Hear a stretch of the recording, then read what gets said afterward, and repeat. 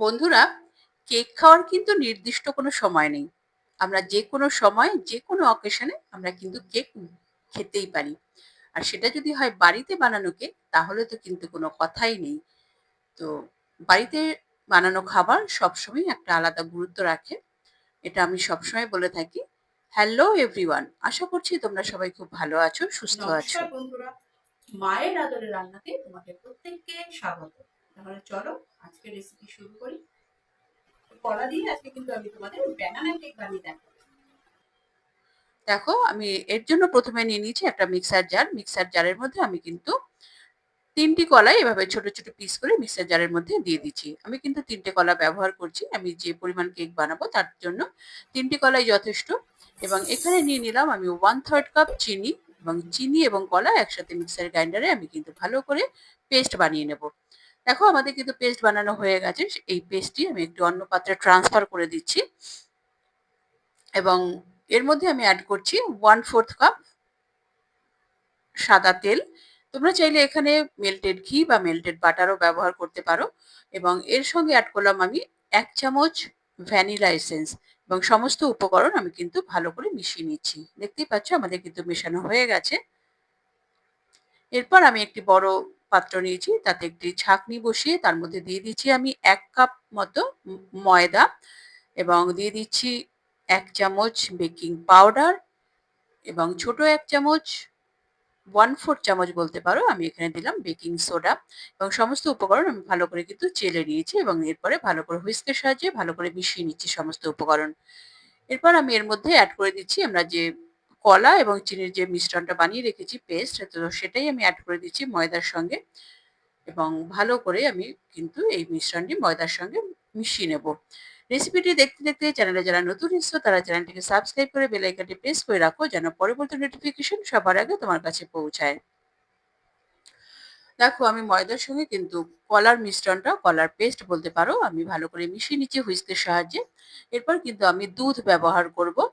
আমি এখানে নিয়ে নিয়েছি 1/2 কাপ মতো দুধ। তো এই দুধটাই আমি অল্প, অল্প করে দিয়ে ভালো করে কিন্তু ব্যাটার তৈরি করে নেব।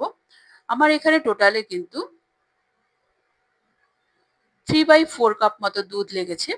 তো দুধটা কিন্তু অল্প, অল্প করে মেশাতে হবে।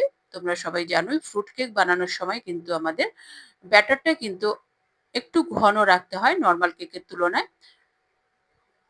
নাহলে কিন্তু কেক ভালো তৈরি হয় না।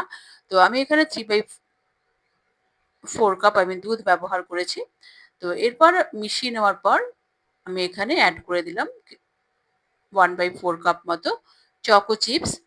চকো চিপস এড করে আমি আরেকটু ভালো করে ফেটিয়ে নিচ্ছি।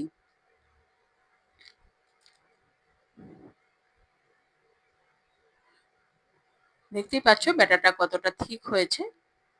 এরকমই থিকনেস কিন্তু আমাদের রাখতে হবে। ব্যাটারটাকে সাইডে সরিয়ে আমি একটি টিফিন বাটি নিয়েছি।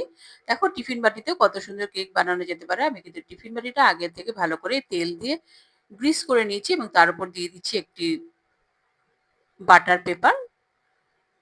সাইডে সরিয়ে রেখে আমি এই ব্যাটারের মধ্যে দিয়ে দিলাম ১ চামচ মতো ভিনিগার। ভিনিগার দিলেই কিন্তু কেকটা খুব ভালো তৈরি হবে এবং খুব ফ্ল্যাপি হবে, এবং খেতেও কিন্তু ভীষণই ভালো লাগবে। সমস্ত উপকরণ কিন্তু আমি কাট অ্যান্ড ফোল্ড মেথডে স্প্যাচুলার সাহায্যে ভালো করে মিশিয়ে নিয়েছি। কখনোই কিন্তু ওভার মিক্স করা যাবে না, এবং এই ব্যাটারটা কিন্তু সঙ্গে, সঙ্গে কিন্তু আমাদের কেক মোল্ডের মধ্যে কিন্তু ট্রান্সফার করে দিতে হবে। তোমরা যেই মোল্ডই ব্যবহার করো না কেন সেই মোল্ডের মধ্যে কিন্তু ট্রান্সফার করে দিতে হবে। তোমরা তোমরা বাটার পেপারের পরিবর্তে টিফিন মোল্ড বা কেক মোল্ড যেটা ব্যবহার করবে তাতে কিন্তু তেল ব্রাশ করে নিয়ে অল্প একটু ময়দা ছড়িয়ে ময়দা ডাস্ট করে, তো সেই ডাস্ট করে নিয়ে তোমরা কিন্তু এই ব্যাটারটা দিয়ে দিতে পারো। তো দেখো, আমাদের কিন্তু ব্যাটারটা আমি টিফিন বাটির মধ্যে ট্রান্সফার করে দিয়েছি, এবং একটু ভালো করে ট্যাপ করে নিচ্ছি যেন ভেতরে যদি কোনো হাওয়া থাকে সেটা বেরিয়ে যায়, এবং স- একটি চামচের সাহায্যে সমান করে দিলাম, এবং ওপর থেকে চকো চিপস দিয়ে আমি কিন্তু গার্নিশ করে দিচ্ছি। তোমরা কিন্তু সবাই রেসিপিটি ট্রাই করো। ঘরোয়া উপকরণ দিয়ে বাড়িতে কিন্তু একটি সুস্বাদু কেক তোমরা বানিয়ে নিতে পারবে। একবার খেলে কিন্তু বাকি সব কেক একদমই ভুলে যাবে। দেখতেই পাচ্ছ আমি ভালো করে কিন্তু গার্নিশ করে দিচ্ছি, এবং সামান্যই কিছু উপকরণ দিয়ে তোমরা কিন্তু কেকটা বানিয়ে নিতে পারবে। গার্নিশিং হয়ে গেছে। এবার আমি এটা প্রেসার কুকারের মধ্যে ট্রান্সফার করব। প্রেসার কুকার আগে আমি 10 মিনিট মতো প্রিহিট করে নিয়েছি মিডল টু লো ফ্লেমে। এবার ঢাকনাটা খুলে আমি কিন্তু টিফিন বাটিটা প্রেসার কুকারের মধ্যে বসিয়ে দিলাম এবং ঢাকনা বন্ধ করে আমি কিন্তু গ্যাসকিট এবং হুইসেলটা সরিয়ে নিয়েছি। আমি কিন্তু ১ ঘন্টা পরেই কিন্তু ঢাকনাটা খুলেছিলাম। তোমরা কিন্তু ৪৫ থেকে ৫০ মিনিটের পর থেকে কিন্তু চেক করতে থাকবে এইভাবে টুথপিক বা নাইফ দিয়ে বা ছুরি দিয়ে। দেখো টুথপিক আমি ঢুকিয়ে দেখাচ্ছি তোমাদের। একদম কিন্তু ক্লিন বেরিয়েছে। আমাদের কিন্তু কেক রেডি। আমি কিন্তু ১ ঘন্টা পরেই কিন্তু কেকটা বার করছি। এবার কেকটাকে কিন্তু আমি ঠান্ডা করে নেব একদম রুম টেম্পারেচারে। তারপর আমি কিন্তু এটা ডিমোল্ড করব। দেখো আমাদের কেক কিন্তু ঠান্ডা হয়ে গেছে। দেখতেই পাচ্ছ কতটা লোভনীয় লাগছে দেখতে। দেখো এবার আমি একটি ছুরির সাহায্যে সাইড গুলো কিন্তু আমি একটু আলগা করে নেব। উপর থেকে একটি ট্রে রেখে তার উপর বাটিটা দিয়ে আমি কিন্তু উল্টে কেকটাকে বার করে নিচ্ছি।